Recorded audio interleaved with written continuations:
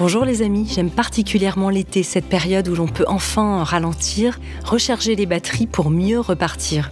Et si pour cette rentrée, au lieu de nous précipiter dans nos anciennes habitudes, on faisait aussi le point sur ce qui nous anime vraiment, sur ce qu'on a envie de poursuivre, ou bien même d'arrêter. Alors pour celles et ceux d'entre vous qui voudraient repenser et réajuster leur vie professionnelle, je ne peux que vous recommander de vous lancer avec notre fidèle partenaire Chance. Chance, c'est bien plus qu'un bilan de compétences, c'est une communauté d'entraide professionnelle déterminée à vous aider à retrouver votre place dans le monde du travail avec une méthode unique et éprouvée. En seulement 3 mois, vous allez pouvoir redéfinir vos objectifs pro et renouer avec ce qui vous passionne vraiment. Et ceci avec l'aide d'un coach professionnel dédié. Une fois ensuite votre projet défini, toute la communauté Chance sera à vos côtés pour donner vie à ce projet. Un collectif hyper engagé, prêt à vous épauler et à vous ouvrir son réseau. Et le détail non négligeable, le parcours est finançable avec le CPF, votre compte personnel de formation. Alors si ce message résonne pour vous, je vous invite à passer à l'action dès maintenant. Rendez-vous sur le site chance.co pour bénéficier d'un entretien gratuit avec un conseiller et changer ce qui doit l'être dans votre vie professionnelle pour démarrer du bon pied cette nouvelle rentrée.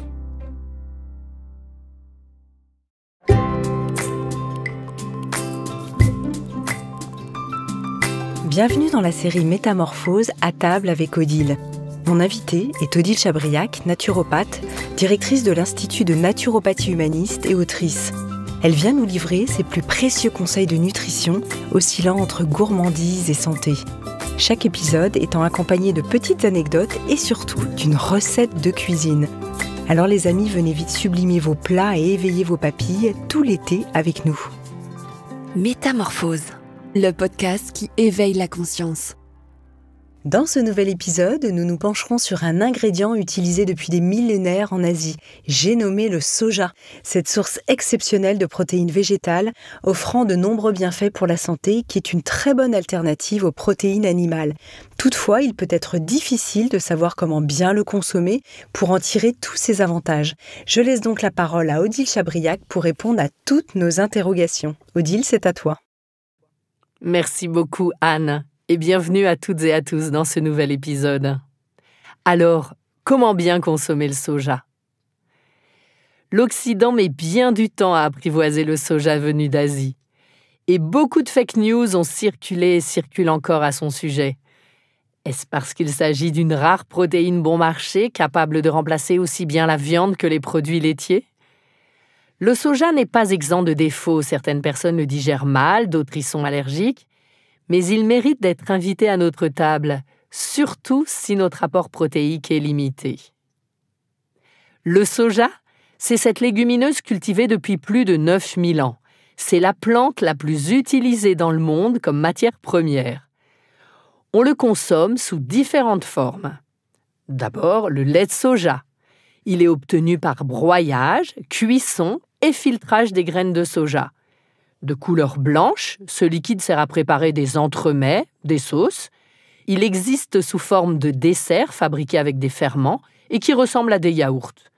Le lait de soja est une boisson non laitière, riche en protéines, pauvre en lipides et sans cholestérol. Certains laits de soja que l'on trouve peuvent être supplémentés en calcium. La sauce de soja, on parle de shoyu au Japon. Cette sauce épicée est traditionnellement élaborée par fermentation des graines de soja cuites broyées. Le tamari, c'est une sauce de soja fermentée sans blé, au goût plus prononcé que le shoyu.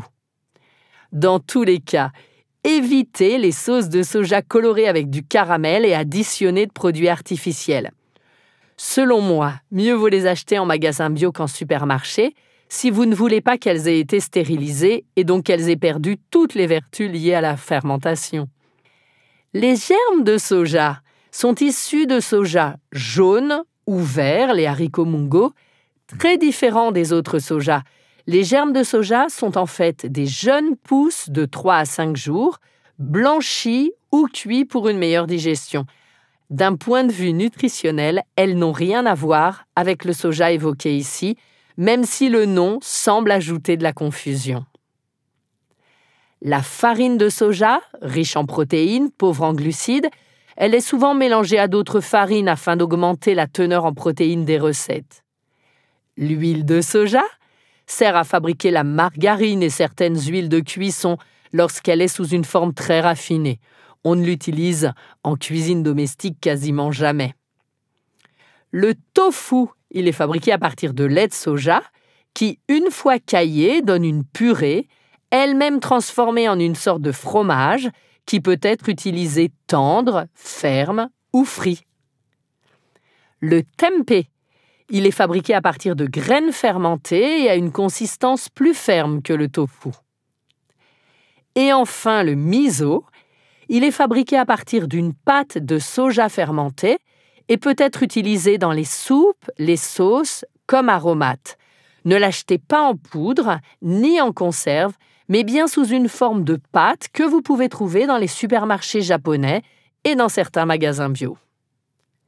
Je vais vous proposer une soupe express au miso. Chez moi, le miso remplace tous les bouillons en cubes. Attention, c'est un produit fermenté, donc vivant.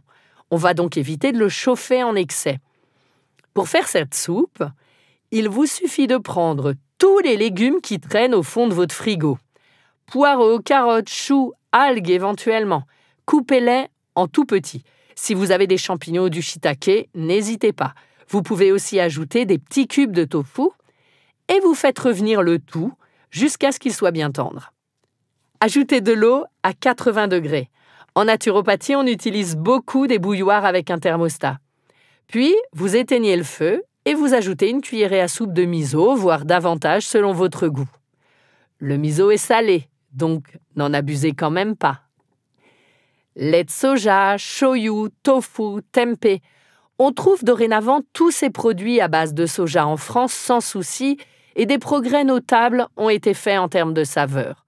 On trouve par exemple des tofu aromatisés délicieux, mais aussi de la pseudo-charcuterie ou pseudo-boucherie comme des saucisses à base de soja, même si d'autres légumineuses peuvent également être utilisées, capables de remplacer avantageusement les originaux pour les personnes végétariennes ou pour celles qui souhaitent apporter de la diversité dans leurs assiettes. Alors, quel est l'intérêt du soja ? Il est une bonne source de protéines végétales, d'excellente qualité, très utilisée par les végétariens et les véganes. Ces protéines contiennent tous les acides aminés essentiels et leur digestibilité est bonne. D'ailleurs, dans les laits infantiles à base de soja, les apports protéiques reposent presque exclusivement sur les protéines de soja et ces laits infantiles assurent une croissance normale aux nourrissons. Est-ce la présence de ce qu'on appelle les phytoœstrogènes qui nous font perdre la tête ? Le soja est au cœur d'un débat entre ceux qui l'accusent de tous les maux et ceux qui le défendent. En cause, les isoflavones qu'il renferme, ce sont des substances appelées aussi parfois phytoœstrogènes, car elles ont une structure proche de ces hormones et elles sont capables d'occuper les mêmes récepteurs que ces hormones. En fait, les propriétés des phytoœstrogènes, isoflavones, font d'eux des nutriments plutôt intéressants. On considère qu'ils s'apparentent plutôt à des régulateurs hormonaux. Qu'est-ce que ça signifie ? Ça signifie que le soja peut soit bloquer les effets négatifs d'une trop grande production d'œstrogènes d'une personne, ou encore combler des besoins en œstrogènes si le corps en produit insuffisamment. En d'autres termes, un nourrisson ne changera pas de sexe et une femme ménopausée ne refera pas sa puberté s'il consomme des préparations à base de protéines de soja. Parallèlement à ça, le soja a d'autres vertus. Les études montrent qu'il prévient de la survenue de certains cancers, comme la plupart des fruits et légumes d'ailleurs, et que les isoflavones de soja sont capables d'induire ce qu'on appelle l'apoptose, c'est-à-dire le suicide sélectif des cellules cancéreuses, tout en épargnant les cellules saines. Quant à la production du soja, qui peut être questionnée de manière légitime, sachez que les aliments à base de soja disponibles en France sont généralement issus de soja cultivé en France, dont 70% environ provient du sud-ouest. cette partie la plus méridionale de notre pays convenant bien au soja qui n'apprécie guère l'excès d'humidité. Enfin, le soja français se distingue du soja cultivé aux Amériques par l'absence d'OGM, la culture du soja transgénique étant interdite en France, en bio, comme c'est toujours le cas, mais également en conventionnel. Compte tenu de ces bienfaits, une consommation régulière de soja peut être conseillée, d'autant plus que le soja, et c'est probablement de là que lui viennent tous ces ennuis, offre un très bon substitut à des aliments qui sont quant à eux pro-oxydants et pro-inflammatoires, comme la viande par exemple et les produits laitiers.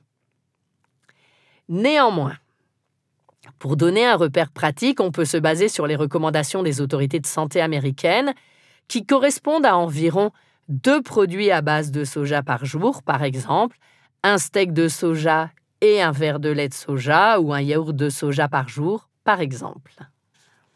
Cet objectif est très réaliste en pratique, assez peu contraignant et économiquement accessible, même en bio.